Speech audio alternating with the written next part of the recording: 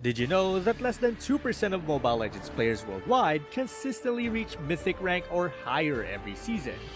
That means out of millions grinding every single day, the vast majority are stuck bouncing between Epic, Legend, and maybe even dipping back to Grandmaster on a bad day. Crazy, right? And the funniest part is, most of them actually have the mechanics to get there, but still fail because they don't understand the real key to breaking into Mythic rank. Welcome back to Mobile Legends News, the channel where we give you the latest MLBB updates, pro level tips, and breakdowns that help you climb the ranks faster. Today we're tackling one of the biggest dreams every player has, breaking into Mythic rank. Mythic isn't just another star climb, it's proof of mastery, consistency, and discipline in the Land of Dawn. And let's be real, the border, the skin rewards, and the bragging rights? Totally worth the effort. So let's talk about how to get there. Here's the thing, breaking into Mythic rank isn't just about grinding games. It's about fixing the core mistakes that hold players back. And if you've been stuck in Epic, you're probably recognizing these struggles. First, let's talk about skill gaps. A lot of players have decent mechanics, but once they face Mythic opponents, they realize their map awareness, rotations, and decision making are lagging behind. You might win your lane but lose the game because you don't know when to rotate. Or worse, you overstay and feed the enemy jungler free kills. Then there's teamwork issues. Mobile Legends is a 5v5 game, but too many players try to 1v9 every match. Maybe you've had those teammates who refuse to draft properly, ignore tank or support roles, and instead locked in a 5th marksman. Sound familiar? That lack of coordination keeps entire squads from pushing past Legend because the game punishes solo hero play at higher levels. Another huge challenge is the lack of strategy. Players often climb by brute force, spamming comfort heroes without learning counters, drafting smartly, or understanding power spikes. At lower ranks, you can dominate with pure mechanics, but once you're in Legend or higher, the enemy will actually punish your bad positioning, poor objective play, and failure to adapt. And let's not forget tilt and inconsistency. How many times have you lost 2 games in a row, tilted into a third, and ended up on a losing streak? That mindset alone keeps thousands of players stuck because climbing to Mythic isn't about one lucky win streak. It's about consistency, composure, and smart improvements. So the real challenge isn't whether you can reach Mythic. It's whether you can overcome these barriers that stop 98% of players dead in their tracks. So it's time to get serious. Just think of climbing to Mythic like training for a marathon while also learning to salsa dance. You need endurance, coordination, and very specific footwork. And now I'll be breaking down the real strategies that separate someone who wishes they were Mythic from someone who is Mythic, with facts and recent meta signals. First off is number 1.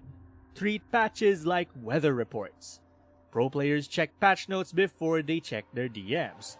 When Moonton tweaks Lord scaling or hero's ability numbers, it changes the value of objective-focused play and certain hero matchups. Adapt or get rained on. Recent official patch notes have adjusted objective scaling and hero mechanics. This directly affects how and when you contest Lord and Turtle, so you do need to read them. Number 2. Mechanics aren't optional, they're rent. If your raw mechanics are weak, such as last hitting, animation cancelling, and skill shot accuracy, no amount of meta knowledge will carry you. So drill routines. 15 minutes of last hit practice in custom, 15 minutes of hero specific combos, and review 3 replays each day where you died first. Find the pattern. Micro wins do compound, and champions that are currently OP in solo queue and have high win rates are easier to snowball with solid mechanics. Check recent hero stats and see who's popping off in the meta. For example, certain heroes show notably higher win rates right now. Knowing what helps makes you pick smarter. Number 3. Meta plus hero pool equals your toolbox. Don't be that player who swears by one hero forever.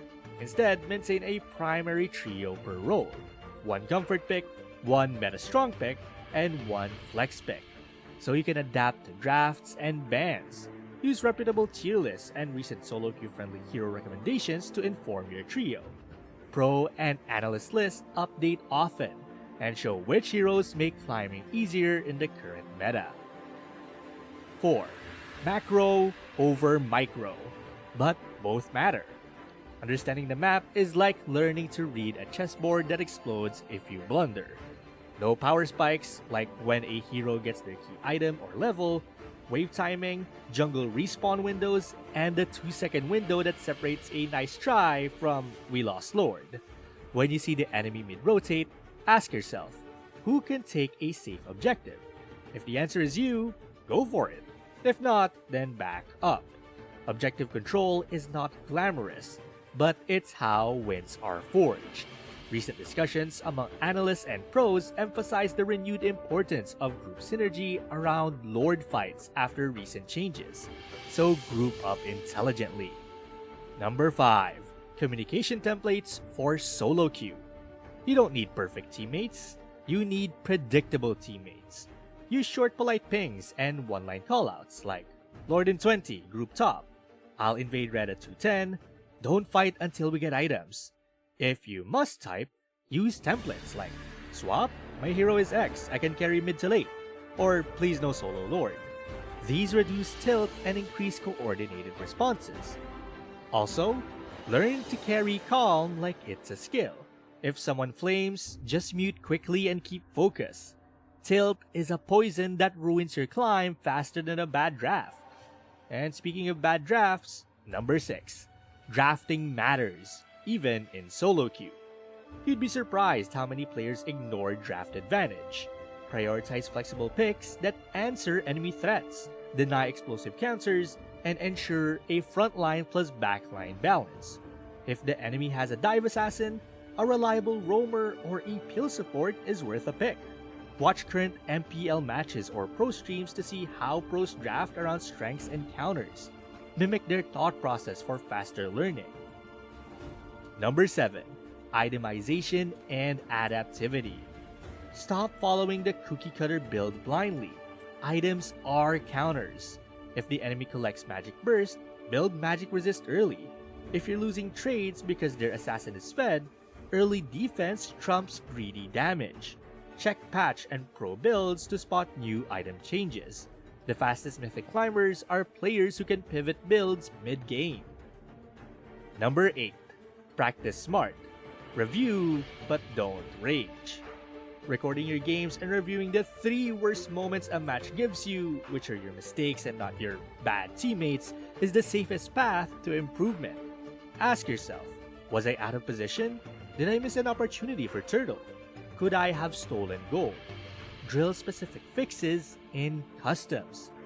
And finally, start treating ranked like a job you enjoy. Warm-ups, plan, execute, review, repeat. Be humble, curious, and relentless. Combine drills, study, and you'll stop asking how and start collecting mythic badges.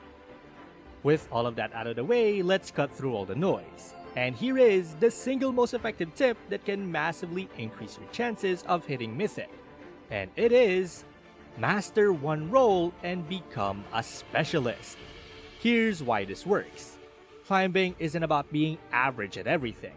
It's about being consistently dangerous at one thing. When you dedicate yourself to one role, whether that be gold lane marksman, jungle assassin, or roamer tank, you reduce randomness and increase your carry potential. You'll understand every tiny detail of that role. Jungle pathing down to the second, wave control tricks, the right time to rotate, and when to bait objectives. Think about it like this. If you're a jack of all trades, every game feels like a test in a subject you only skimmed the notes for. But if you're a role specialist, you're walking into every match like you already know the exam questions. And when you face another casual player who's dabbling, you'll simply outclass them. This doesn't mean locking the same hero every game. It means developing a hero pool of 3 to 4 champions in your main role that cover different situations.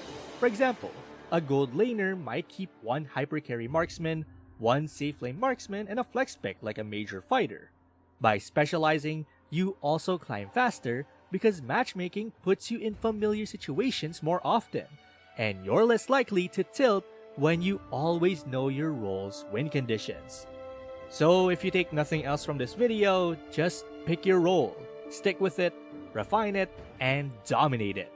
That focus will cut your path to Mythic shorter than any other strategy. So there you have it, the roadmap to Mythic. It's about sharpening your mechanics, staying updated with the meta, drafting smart, communicating clearly, and above all, mastering one role until you're the go-to threat every match. Mythic isn't reserved for lucky players or pros. It's for disciplined grinders who climb smarter, not harder. Stick to the strategies we discussed, stay consistent, and you'll be seeing that Mythic badge before you know it. Now I want to hear from you. What's been your biggest struggle while climbing the ranks? Do you agree that role specialization is the key, or do you have another secret strategy? Drop your thoughts in the comments, and don't forget to check out my other videos for more Mobile Legends tips and tricks. Till next time!